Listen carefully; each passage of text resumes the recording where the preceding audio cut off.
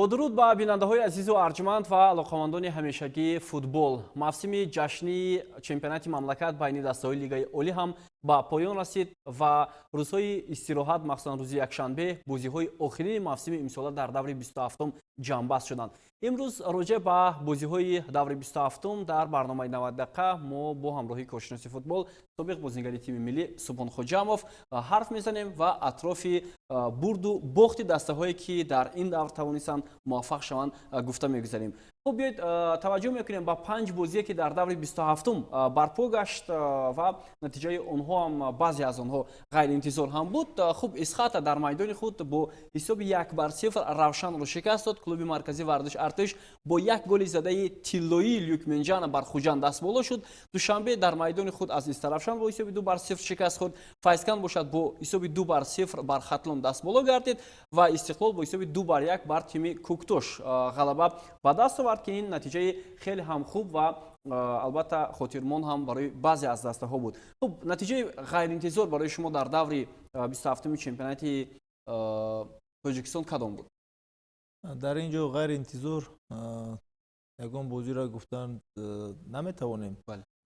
فقط هم بازی که در شهر کلوب برگزار شد بین دسته فایسکند و خطلون، ما فکر کردم که ممکن که همون بازی با مساوی انجام دهد شود، لیکن که وقتی که دسته خطلون با این حیاتی که وارد شد در همونجا معلوم بود که آنها با این حیات برای غلبه کردن که این بازی را مساوی انجام دادن خیلی دشوار میشود. خب بیاد اطراف دیدار دسته اسخات و روشن گفته میگذاریم. قریب بود که روشن از لیگ اولی به لیگ یکم رود اگر کوکتوش برای استقلال غلبه میکرد. بله در حقیقت هم خیلی بود، برای که از همه بازی مرکزی گویم همه بازی اسخات و روشن کلوب بود.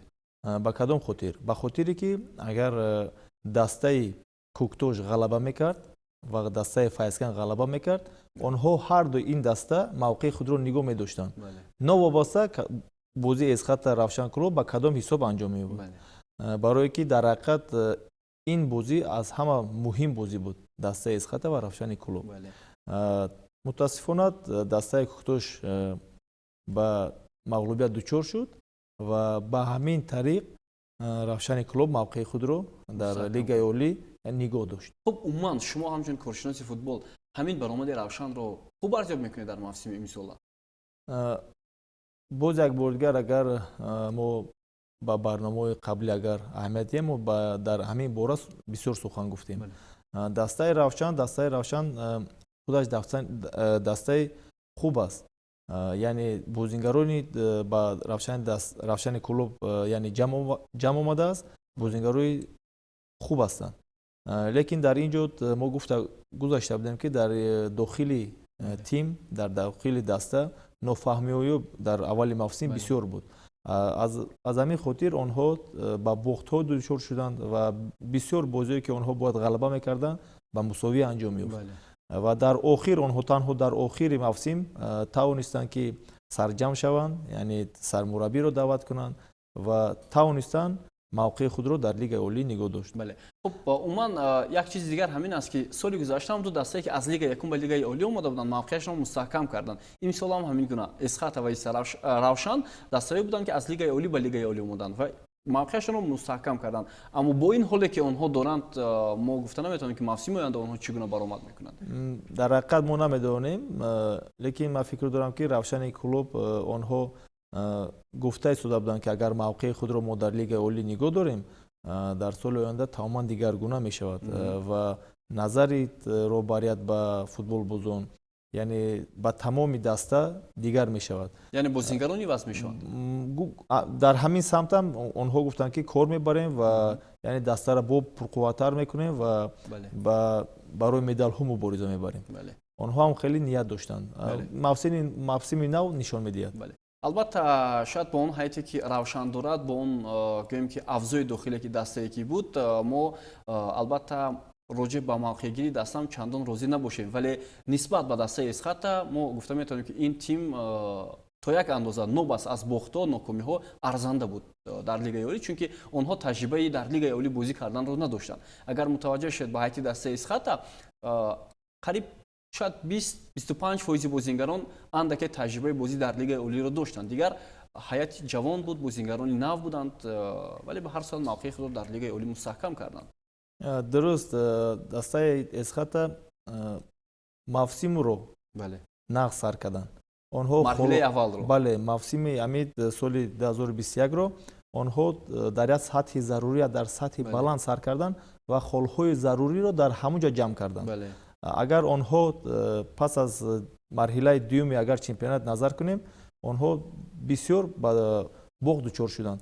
агар дар аввали мавсим ҳамин тавр бозӣ мекарданд, онҳо аниқ лигаи олиро тарк мекарданд.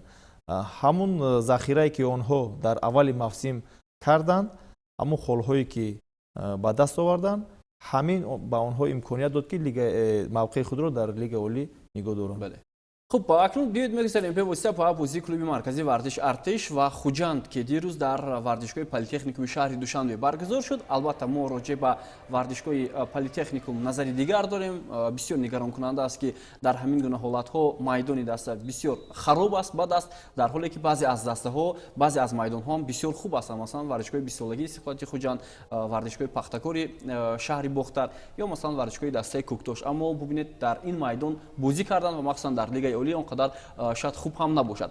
Вале ба ҳар сурат нобаста аз ин ҳам клуби марказии варзиш Артиш бисёр як бозии арзанда нишон дод ва гуфта метавонем ки нисбат ба ҳарифон онҳо андаке афзалият доштанд. Яъне онҳо ангезаи зиёд доштанд ки бояд ба ҳадафи худ наздик шаванд. дуруст, мо дар барномаи қаблӣ гуфта будем ки бартарӣ дар дасти ки аст. мо дар ҳамонҷо хато накардем. барои чӣ мо хато накардем? Барои ин ки дастаи клуби марказии варзиши Артиш танҳо барои як бозӣ омода дида истода буд. дастаи Хуҷанд онҳо то яъне бо дастаи клуби марказии варзиши Артиш вохӯрдан, онҳо ду бозии дига анҷом доданд. яъне як бозии ҷавобии нимниҳоии ҷоми Тоҷикистон ва як бозӣ бо дастаи Истиқлол мавқӯъ гузашта. ба ҳамин хотир онҳо зиёдтар қувва сарф карда буданд ва аз ҳисоби ҷисмонӣ дастаи клуби марказии варзиши Артиш омодатар буд нисбат ба дастаи Хуҷанд ва дар майдони худ бозӣ карда истода буданд. ва аз ҳисоби мотиватсия ҳам гӯем ки аз тарафи психологӣ, яъне рӯҳонияти дастаи клуби марказии варзиши Артиш болотар буд. ба онҳо ҳамин бозӣ, яъне бозии тиллоӣ ҳам гӯем агар хато намекунем, ва аз ҳамин бозӣ вобастагӣ дошт ки онҳо соҳиби медал мешаванд ва рохат ба ҷоми конфедератсияи Осиё мегиранд ё на. ва аз удаи кор баромадан онҳо бисёртар хостанд ки дар ҳамин бозӣ ғалаба кунанд нисбат ба дастаи Хуҷанд. барое ки дастаи Хуҷанд онҳо баъд аз ин бозӣ дар рӯзи нӯҳум бо дар финали ҷоми Тоҷикистон бояд бозӣ кард. ба ҳамин хотир онҳо, ман фикр дорам ки ба ҳайати асосӣ ки ба майдон воридам шуда бошанд, ба ҳар ҳол дастаи клуби марказии Артиш ба онҳо шонси барои ғалаба кардан надод. гӯем хато намекунем, барое ки имкониятҳои голзанӣ беҳад бисёр доштанд. хуб, дар умум агар гӯем ки сармураббии дастаи мазкур бисёр корҳои хубро кард, хато намекунем ва бубинед ки баъд аз марҳилаи аввали чемпионат клуби марказии варзиши Артиш дар таҳхонаи ҷадвал қарор дод ва бисёриҳо ҳам гумон мекарданд ки ин даста ба лигаи якум меравад. вале оҳиста оҳиста онҳо натиҷаҳои ғайриинтизор нишон доданд ва ҳатто аз моҳи июл то моҳи октябр бозиҳои бидуни бохт доштанд дар чемпионати Тоҷикистон ки ин яке аз муваффақиятҳои дастаам ба ҳисоб меравад. ба назари шумо тими мазкур арзандаро хоҳад гирифт ба ҷоми конфедератсияи футболи Осиё? дар ҳақиқат ман фикр дорам ки арзанда, барои ин ки мо дида будем ки дар аввали мавсим онҳо дар таҳхонаи ҷадвал қарор доштанд ва пас аз омадани сармураббии субҳонӣ, яъне даста куллан тағйир ёфт. бо вазъи доштаи онҳо, на он қадар вазъияти онҳо хуб буд. аз тарафи молиявӣ ҳам гӯем хато намекунем, барое ки дастаи клуби марказии варзиши Артиш пас аз муассисаи давлатӣ шуд, онҳо гузариш карданд. дар ин ҷо чанд фурсат онҳо маблағгузорӣ ҳам надоштанд ва маошҳои бачаҳо ҳам дар вақташ пардохт намешуд. дар ин ҷо онҳо роҳбарияти даста, сармураббӣ тавонист бо яъне варзишгарон, яъне футболистон یعنی سخن یا با سخن‌های لازمی را یا با آنها باور کامل کنند که در حقیقت همین پرابلم‌ها یعنی برطرف شده است، برطرف می شود و آنها فقط باید فکر کنند که در لیگ اولی نه تنها موقع خود را نگاه داشتن و می توانند که آنها با مدال‌ها مبارزه برند و با مقصد خودشان آنها رسیدند. بله. خب بیاید متوجه میشیم با سخن‌های سرمربیان هر دو دسته در پایان رقابت چی گفتند. البته گوش می‌اندازیم و بعدا باز صحبت رو در این موضوع ادامه میدیم. به فکر من بازی نشان داد که دسته کلوب مرکزی ورزش ارتش بسیارتر می‌خواست در این بازی غلبه کند و به فکر من غلبه از این سبب به حساب دسته کلوب ارتش گشت. بازیگرای ما ممکن در چند بازی اخیر همی خیلی رفتار است که ممکن فکر و حال بچه‌ها در بازی نهایی که 3 روز پس می‌گذرد با دسته استقلال ممکن از همین سبب اون چیزایی که ما می‌خواستیم و اون چیزایی که ما از بازیگرا طلب می‌کردیم در میدان اجرا نکردند. من قبل از هر چیز تشکر می‌کنم از همه، از فدراسیون، سازمان لیگ که بازی‌ها رو تا روز آخر خیلی خوب برگزار کردن، زحمت کشیدن و همچنین تبریک میگم به تیم خودمون، تیم کلوب مرکزی ورزش ارتش که ما خیلی زحمت کشیدیم تو این 7 ماه 8 ماه تمام مجموعه و تونستیم این مکان رو حفظ بکنیم و سهمیه بتونیم در آفریقا AFC ما کسب بکنیم. برآمد دسته خود رو در این موسم چگونه بها می‌دهید؟ ما خیلی خوب کار کردیم و بازیکن‌های خوبی داشتیم و تمام تاکتیک‌ها رو که خواستیم، برنامه‌ها، نقشه‌ها، تحلیلایی که داشتیم تا اینجایی که اومدیم واقعا سزاوار بودن و ارزنده بود که همچین مکانی رو حفظ بکنه و بتونیم اینجا رو جای سوم رو حفظ بکنیم. عموما در مورد همون وضعیتی که بالاتر من اشاره کردم، مثلا بسیاری بر آن نظرند که چرا خوجاند به استرافشان کمک نکرد در همین بازی حساس. ما با این فکرهای آنها راضی نیستم. با کدام خاطر؟ به خاطری که وقتی که از دست خودت همه چیز در دست خودت است، همون وقت همین چیز رو حل کردن در کار است. و همه همین چیز در دست دسته استرافشان بود. آنها در میدان خود دسته کلوب مرکزی ورزش ارتش رو قبول کردند. در همین بازی حل کننده، بازی که گویم که برای آنها طلایی بگویم اگر خطا نمیکنیم، برای چمپیونی هم گویم اگر خطا نمیکنیم، آنها باید و شاید بر همین بازی باید غلبه را به دست می آوردند و آنها همین چیز را به دست آورده نتونستند. بازی 0-0 با پایان رسید. بله و برای چی آنها امروز میخواهند که کدام دسته باید با کمک کنند یا که آنها باید غلبه کنند که این دسته استرافشان یعنی جای سوم رو اشغال کنند. وقتی که در دست خودت است، وقتی همین چیز از دست خودت میآید، چرا با امید دیگر کس میشه؟ من فکر دارم که دسته استرافشان همون بازی حل کننده را اگر با فایده خود حل میکرد، تمام در همین جا صاحب راحت میشد. صاحب راحت هم میشد و یگان دیگه سوال و یگان اضافه جواب نمیموند. خب تشکر زیاد دوستان عزیز. گفتیم که در خط علاقه هستند دیرکتور مؤسسه دولتی دسته فوتبال کلوب مرکزی ورزش ارتش خبیر دولتов و ما حالا با چند سوال خود هم پاسخ خواهیم گرفت. الو سلام علیکم. الو سلام علیکم. شب شما بخیر باشد. پیش از همه شما و هیئت تیم عموما ستاد مربیان رهبریت دسته رو برای برآمدن به جام کنفدراسیای فوتبال آسیا تبریک میکنیم، چون که این ارزوی دیرینه شما بود. تشکر زیاد بابا جان. خب اندیشه شما و احساسات شما راجع به این پیروزی در انتظار، به این روختی که سالها بود شما انتظار بودید. بابا جان چقدر شما میدونید معمولا دسته کلوب مرکزی ورزش ارتش همه ساله موسم رو نه اونقدر خوب شروع میکنه و بالاخره به یک نتیجه میرسد.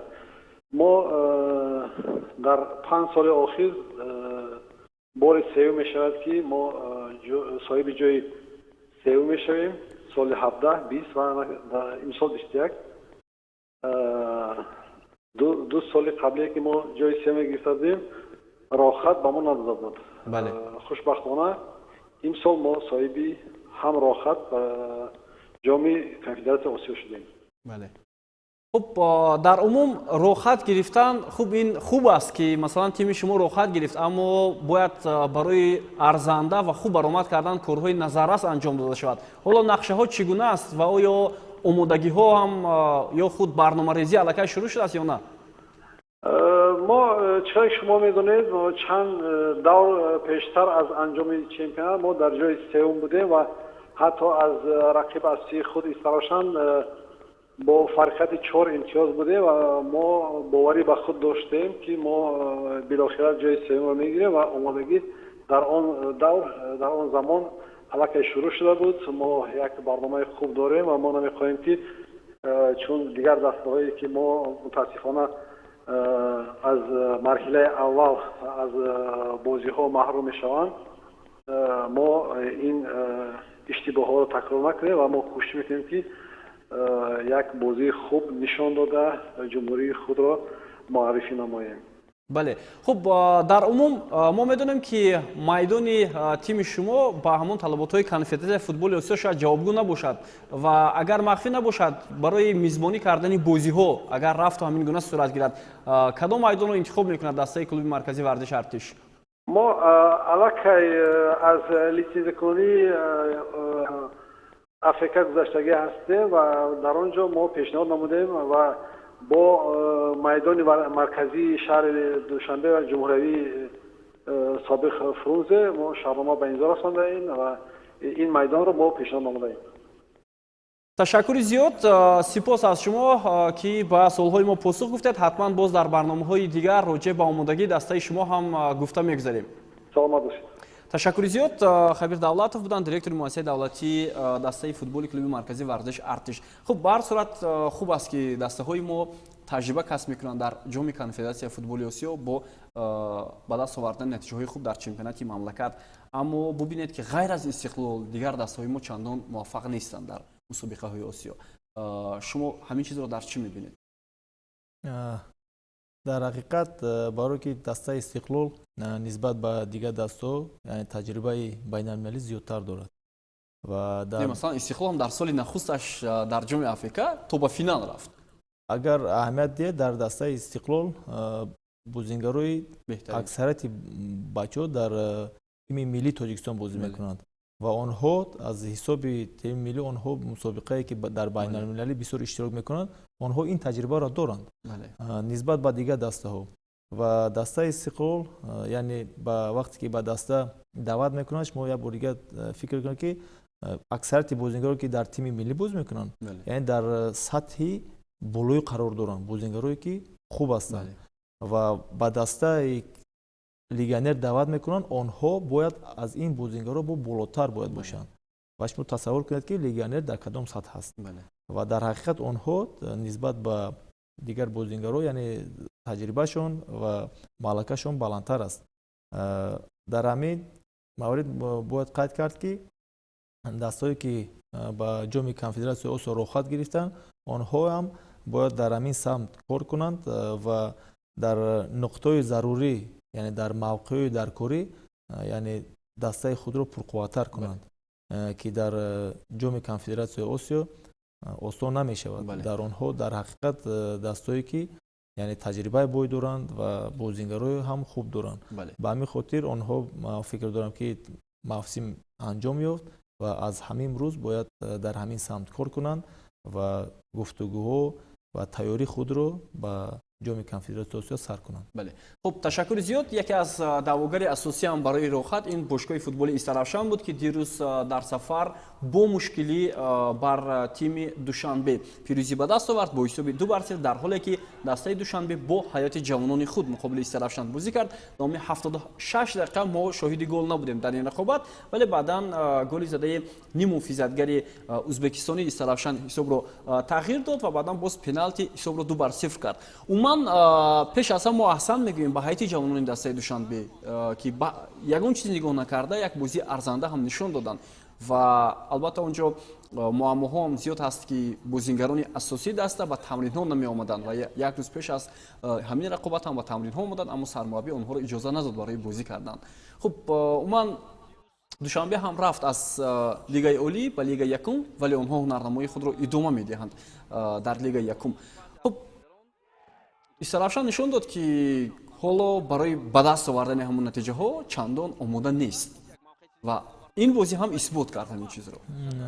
ман ба фикри шумо на он қадар розӣ ҳастам. ба кадом хотир? ба хотире ки дастаи Исарафшан дар ин ҷо на фақат аз худаш яъне вобастагӣ дошт, яъне онҳо бояд интизор мешуданд ки дастаи Хуҷанд ақаллан мусовир бозиро анҷом аммо сатҳи дастаи диҳанд. Душанбе ва Исарафшан куллан фарқ мекунад. мотиватсияро якбор нигоҳ кунед. дар дастаи Душанбе ҳайати ҷавонони дастаи Душанбе бозӣ карданд. онҳо мотиватсияи онҳо баландтар аст.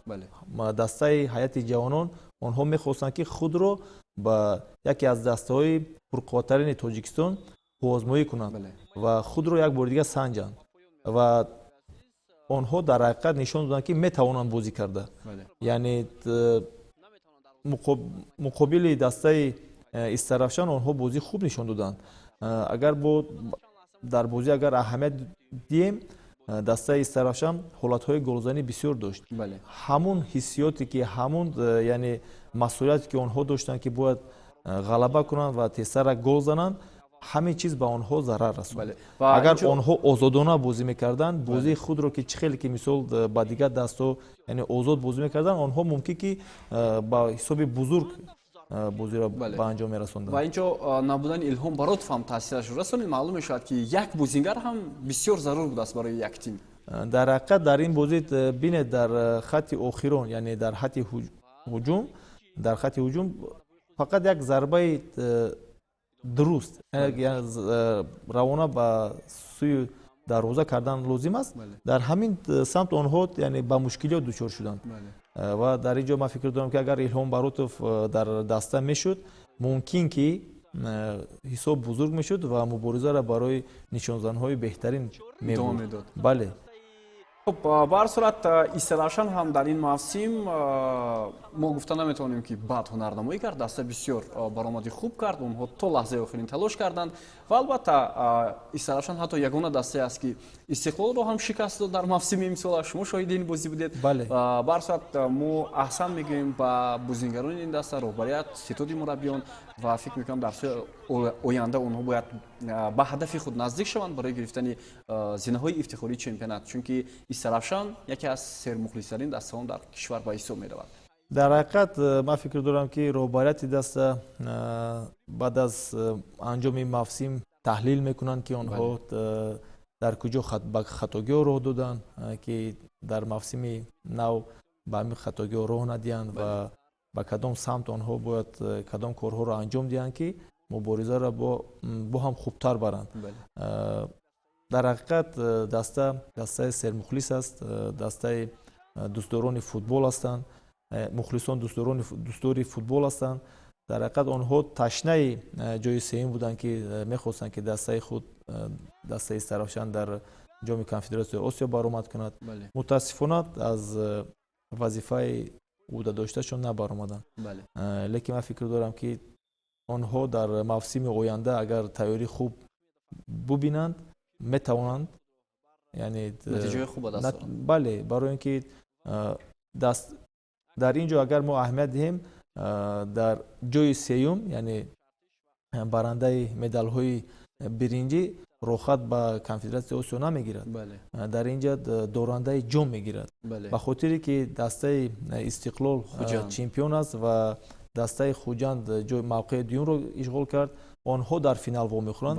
ба ҳамин хотир дастаи сеюми чемпионат яъне рохат ба ҷоми конфедератсия. агар дастаи дигар мебуд мисли соли гузашта Равшану Хатлон, дастаи сеюм наметавонд. аз лигаи якум дорандаи ҷоми Тоҷикистон шуд Равшан соли гузашта ва рохат ба ҷоми конфедератсия футболи. бале, дастаи клуби марказии варзишии артиш соли гузашта мавқеи худро дар ҷои сеюм тамом кард дар чемпионат, лекин рохат нагирифта буд.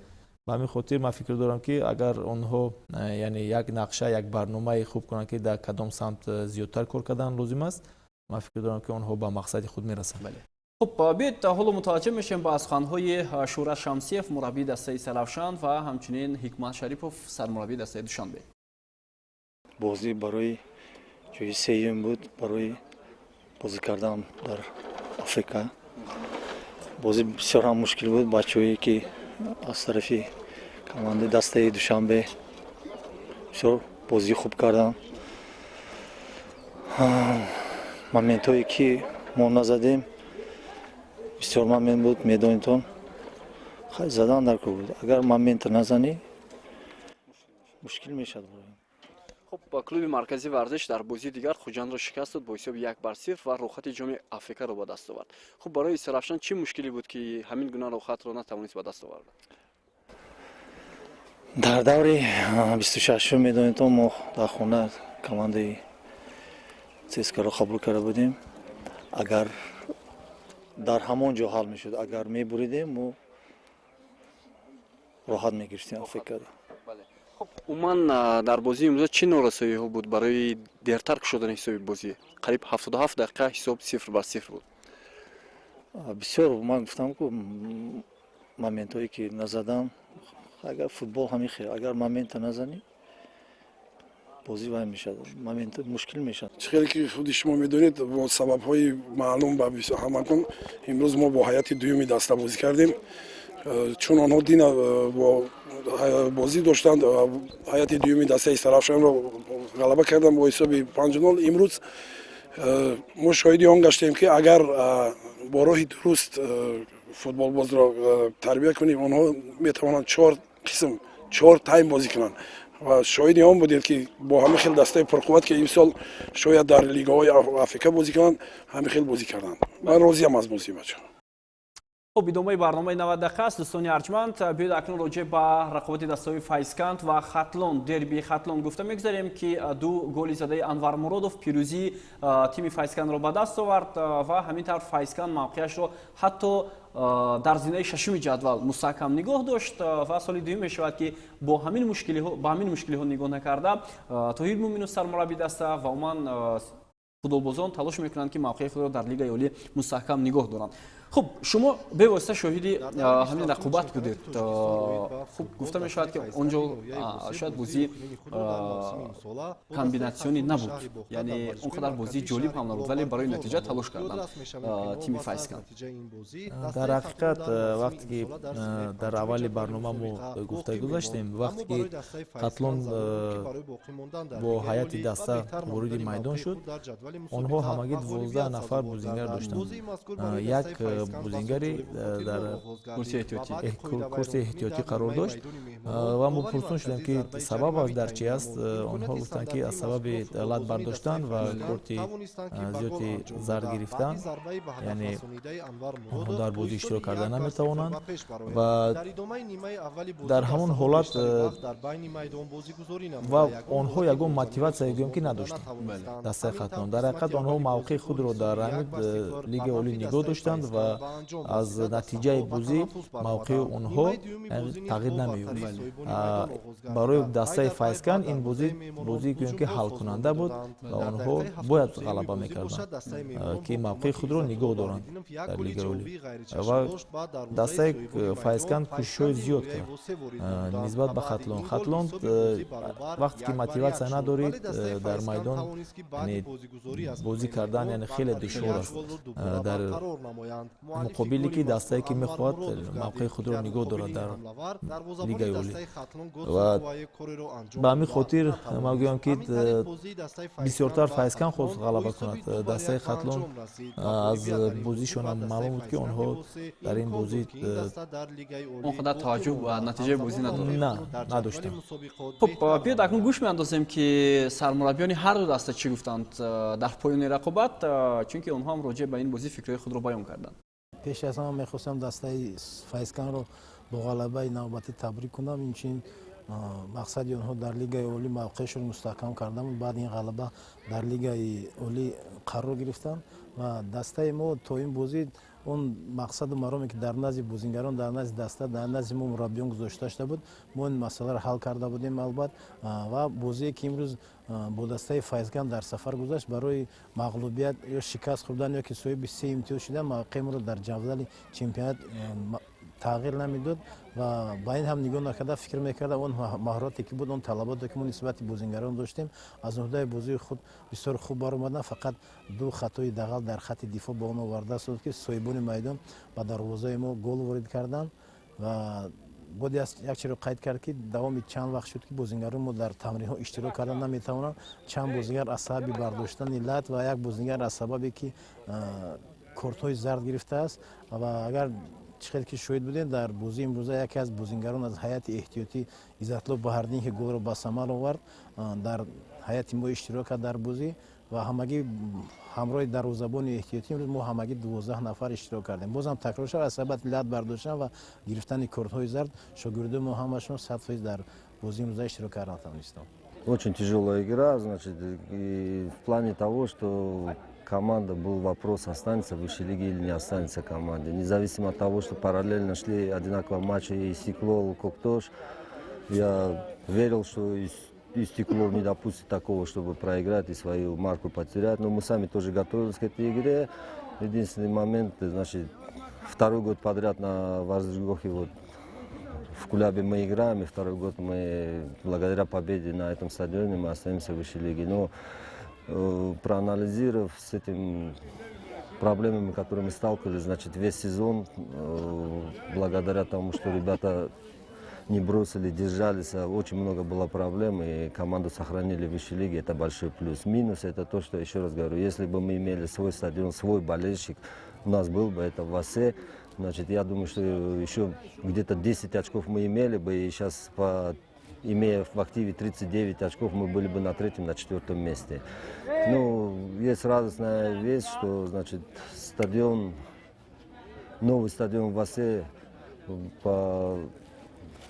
не знаю, дали информацию, что идет очень интенсивно, началась работа, и я думаю, что к Наурузу стадион будет готов, и в следующем году, если команда будет Фаискант и будет принимать на новом стадионе, где будет свой болельщик, это будет большой плюс. Здесь спасибо, значит, стадиону вот в Кулябе, ну, еще раз говорю, в Куляб всегда будет болеть за Равшан, поэтому за Фаискант болеть никогда не будет, но огромное им спасибо, что предоставили, поддержали нас. Благодарю всех, что команда осталась в высшей лиге. خب سالهای اخیر نماینده های ولایت ختلان در چمپیونات مملکت با سبب وضع مالیوی چندان برآمد خوب کرده نمیتوانند از جمله تیم فایسکند تیم ختلان به همین حالت گرفتار شدند و ببینید که نو بعد از این هم آنها در قطار دسته های موفق موسم امسال یعنی شامل گردیدند و موقع خود را برای باقی ماندن در لیگ عالی مستحکم نگاه داشتند. خب به نظر شما در دور اخیر کدام دسته باید با هم روبرو میشدند که اندکی بازی جالبتر و شاید خاطرمند میشد؟ در حقیقت اگر در دور اخیر دستایی که لیگ موقع خود را در لیگ عالی نگاه داشتند و دستایی که مبارزه برای مدال ها میبردن و میخوردن، در حقیقت بازی جالب بود دیدنی میگذاشت. یعنی کلوب مرکزی ورزش ارتش استراوشان؟ نه کلوب مرکزی ورزش ارتش با دسته یا کوکتوش یا دسته فایسکند. دسته استراوشان با دسته یا فایسکند یا کوکتوش. در همه حالات آنها برای مدال ها مبارزه برده شدند و آنها بهترین بازی ها میشد. بله، در این اسخط روشن هم همین طور میستود، برای که در حقیقت آنها موقع خود را نگاه نداشته بودند در لیگ عالی و استقلال خوجند در مدال ها رو اگر برای طلا و نقره اگر خال ها برابر میشد، در این حالت در حقیقت یعنی یک بازی دیدنی و جالب میگذشت. خب بیننده عزیز، میگذاریم با بازی دیگر، بازی اخیران این میانی دسته کوکتوش و استقلال شد. متاسفانه ما راجع به البته این بازی نوارهای مشخص هم نداریم و تا یک اندازه یکی از بازی‌های بهترین را دیدن نتوانستیم، میانی دسته کوکتوش و استقلال. گفته میشد که یک بازی بهترین موسم هم بود با اشتراک این دسته ها. و به نظر شما کوکتوش شانس داشت مقابل استقلال برای پیروزی به دست آوردن؟ چرا نه؟ برای که حیات استقلال اگر ما یک بار نگاه کنیم، در حیات استقلال اما بازیگرایی که کلیدی لیگنرها بودند آنها در همین بازی نبودند و از حیات احتیاطی که در با میدان برآمدن آنها هم یعنی در وقتی که یگان بازیگری گویم که در حیات استقلال بازیگر سوست نیست، در حیات استقلال بازیگرای همه بازیگرای بهترین به حساب میروند و دسته کوکتوش میدونست که همه بازی حل کننده است و آنها چی کاری نکنند باید همین بازی را با فایده خود باید حل میکردند ва бозӣ хуб нишон доданд. аз маълумотҳое ки мо дорем дастаи Куктош дар ҳақиқат бозӣ хуб кард ва онҳо метавонистанд ғалабаро ба даст овардан. мутаассифона ҳамон таҷрибае ки онҳо кофӣ нашуд, яъне нарасид ҳамон таҷрибае ки мисол онҳо бояд дастаи Истиқлолро шикаст медоданд, натавонистанд, мутаассифона натавонистанд.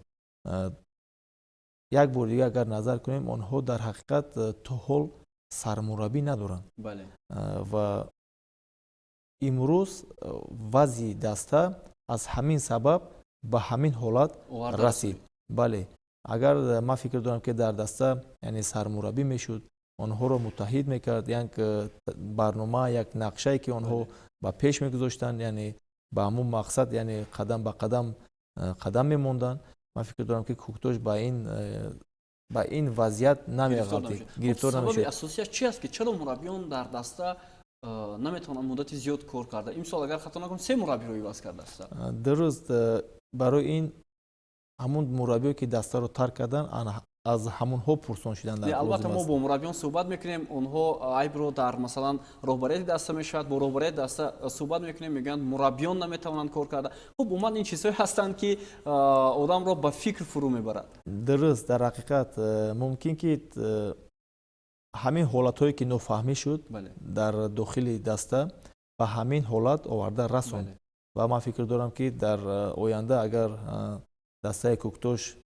ба Лигаи Олӣ ки афтид гӯем, агар онҳо хоҳанд ки дар оянда яъне ба Лигаи Олӣ рохат бигиранд, фикри ақидаи онҳоро бояд дигар кард.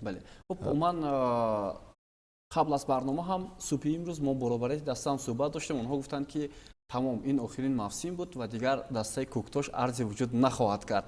Албатта ин ҷои таассуф ҳам ҳаст, чунки як дастае ки баъд аз нахустин соли ҳунарнамояш дар Лигаи Олӣ ҷои сеюмро гирифт ва чанд сол ҳам дар Лигаи Олӣ бозӣ кард, аз байн меравад. Агар аз байн равад, ман фикр мекунам яке аз ноҳияҳои калонтарини Тоҷикистон, албатта ноҳияи рӯдакӣ, ҳамсояи кишвар бо шаҳри Душанбе, як андоза бефутбол ҳам мемонад. Дар ҳақиқат агар ҳамин тавр бошад, яъне на он қадар як фикри дуруст гӯем, як кори дуруст аст, барое ки дастаи Куктош дастаи пурқувваттарин мардумӣ аст.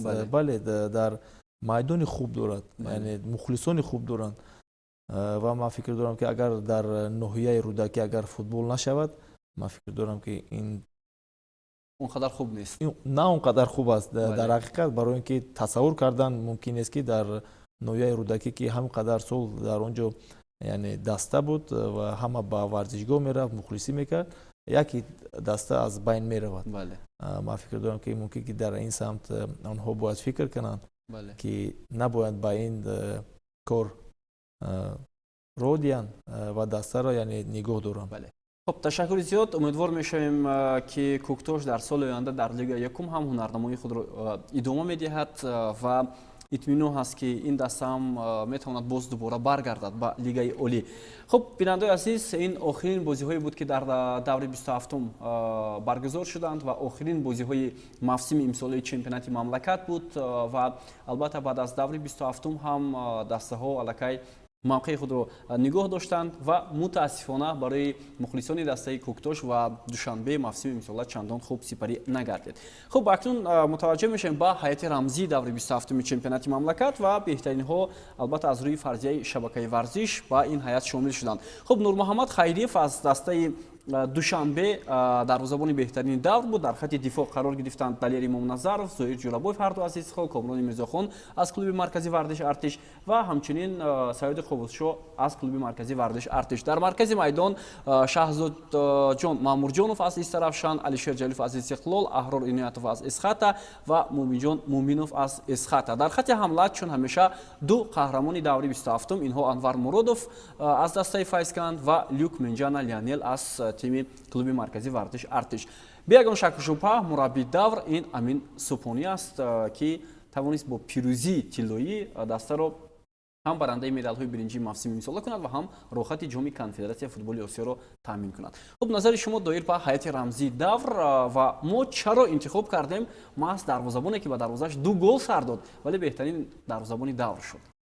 шумо як бор агар нигоҳ кунед ҳамаи мо шоҳиди ҳамин бозӣ будем ки дастаи душанбе ба кадом ҳайат ба майдон баромад ва ба кадом даста озмоӣ кард ва дар ҳақиқат дарвозабони ҷавон дар бисёр ҳолатҳо яъне дарвозаи худро аз гол эмин дошт ва намонд ки яъне ҳариф ба дарвозаи ӯ гол ворид кунад.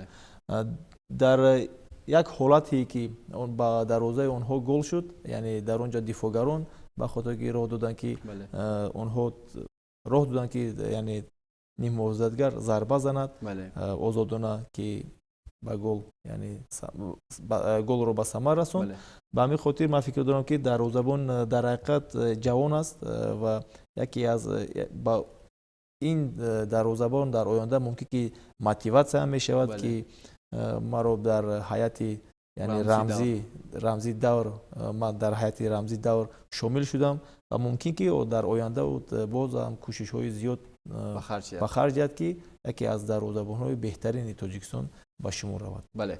خب این هم هیئت رمزی دور بود. آخرین هیئت رمزی دور در موسم سال 2021 بود. بینندگان عزیز اکنون متوجه میشیم با بهترین بازیگری دور 27 بی یگان شک و شبهه. البته این نفر لیگانر کلوب مرکزی ورزش ارتش لیوک منجانا لیانل است که با گل طلایی خود توانست غلبه کلوب مرکزی ورزش ارتش رو تامین کند. هرچند 90 دقیقه در میدان نبود ولی محض با شرافت گل او کلوب مرکزی ورزش رخصتی جام کنفدراسیون فوتبال آسیا رو به دست آورد. بله در حقیقت لیوک منجانت این با دسته کلوب مرکزی ورزش ارتش که گل طلایی گل طلایی را به ثمر رساند که آنها با مدال ها یعنی نویل شدند و دسته آنها با کلوب جام کنفدراسیون آسیا رو خواهد گرفت. به همین خاطر من فکر دارم که گل زده او در حقیقت برای هم دسته هم برای خود یعنی یکی از بهترین گل ها گویم که به شمار می رود. خب تشکر زیاد. اکنون میگذاریم با روی خط بهترین نشانزن های موسم امسال و البته در روی خط نشانزن ها منوچهر جلیلوف بعد از گل آخرینی که به دروازه کوکتوش زد با 18 توپ بهترین نشانزن شد. رستم سایروف، الهام براتوف، علیشیر جلیلوف و دلشاد بازاروف هم 15 13 و 12 گلی زدند. خب منوچهر جلیلوف البته ارزنده بود، نه در هر بازی اشتراک کرد ولی به هر صورت در بازی هایی که اشتراک کرد او گل زد. شاید امسال در چمپیونات مملکت در 3 دوره مسابقه 18 گل کم هم باشد. مثلا در 27 بازی. خب اگر با حساب میونه حساب کنیم در هر یک بازی یک گلی هم نیست. در حقیقت لیکن من فکر دارم که 18 گل میونه است. کم گویم خطا میکنیم برای اینکه در سالهای قبلی از این هم کمتر زده بودند و نشانزنی بهتری شده بودند. بابایف 12 گل زده بود، بهترین نشانزن شده بود. بله همین طرح است و در اینجا منوچهر جلیلوف در دور اخیران یگان کنکورنت هم نداشت. برای اینکه هم رستم سایروف هم الهام براتوف یعنی بازی نکردند در دور اخیران. به همین خاطر منوچهر من فکر دارم که کنکوری نداشت و یک فعل خوب دارد. یک فعل برای یعنی هجوم کنندگان یک فعل خوب که او فقط یعنی دروازه حریف را میکوبد و در وقت لازمی در همونجا قرار دارد و گل را به ثمر میرساند. و من فکر دارم که این در حقیقت نشانزن بهترین شد و ارزنده است. بله. تشکر. ما هم تبریک میکنیم منوچهر جلیلوف رو که امسال حتی در لیگ قهرمان‌ها هم بهترین گل‌های او به استقلال کمک کردند و استقلال در مرحله گروهی هم سزاوارانه بازی کرد. خب اکنون با جدول مسابقه متوجه میشیم. با موقع گیری دسته ها استقلال همین حالا در جدول مسابقه با 68 امتیازی که به دست آورد موفق شد که صاحب مدال های طلا شود. خوجان 55 امتیاز به دست آورد از کلوب مرکزی ورزش ارتش 44، استرافشان 42، خطلان 36، اسخات 30 امتیاز، فایزگان 29 همراه با دسته روشن و کوکتوش دوشنبه 26 و 18 امتیازی به دست آوردند که اونها اکنون سال آینده در لیگ یکم هنرنمایی خواهند کرد. و البته با 3 دسته که зинаҳои ифтихориро касб кардан. Мо барор мехоҳем дар соли 2022, чунки гуфта мешавад ки дар охири моҳи декабр аллакай омодагии онҳо шурӯъ мешавад барои мавсими оянда. дар ҳақиқат ба ин се даста мо дар соли оянда барор мехоҳем, барои ин ки дар ҳақиқат барои онҳо осон намешавад, душвор аст, барое ки ҳам мавсим имсол камтар дертар анҷом ёфт ва онҳо бояд тамринҳои худро боз ҳам барвақттар сар кунанд, ки агар мо хато накунам дар моҳи феврал онҳо шурӯъ мекунанд ва бояд омода бошанд барои ин ки ба дастаҳои ин се даста, барое ки онҳо дар як сатҳи зарурӣ ваи ҷисмонии худро яъне қарор намегиранд, барои ин ки дар ин давр дар мо танаффус аст ва ҳама омодагӣ барои чемпионат аст. Ба ҳамин хотир онҳо бисёртар бозиҳои рафиқонаи байналмилалӣ анҷом диҳанд, ки ҳамон таҷрибае ки лозим аст ба даст оранд ва дар ҷоми конфедератсияи Осиё ва дар Лигаи Қаҳрамонҳои Осиё як баромади хуб кунанд. خب تشکر بینندگان عزیز، این آخرین برنامه 90 دقیقه نیست. هر هفته ما برنامه رو ادامه میدهیم راجع به آمادگی دسته ها، مشکلی و برتری هایی که در فوتبال مملکت هست و کوشش میکنیم که موضوع های مهم رو پیشنهاد بیننده ها کنیم. از سپون خورجاموف، کارشناس فوتبال، سابق بازیگر تیم ملی، برای شرکتشان در برنامه 90 دقیقه ایثار سپاس میکنیم و هفته آینده حتما باز در این استودیو یک جا با کارشناسان فوتبال میز گرد میآییم و اطراف موضوعهای مبرم فوتبال مملکت صحبت انجام میدهیم. تا نشویم من بعد صحتمند و پیروز باشید.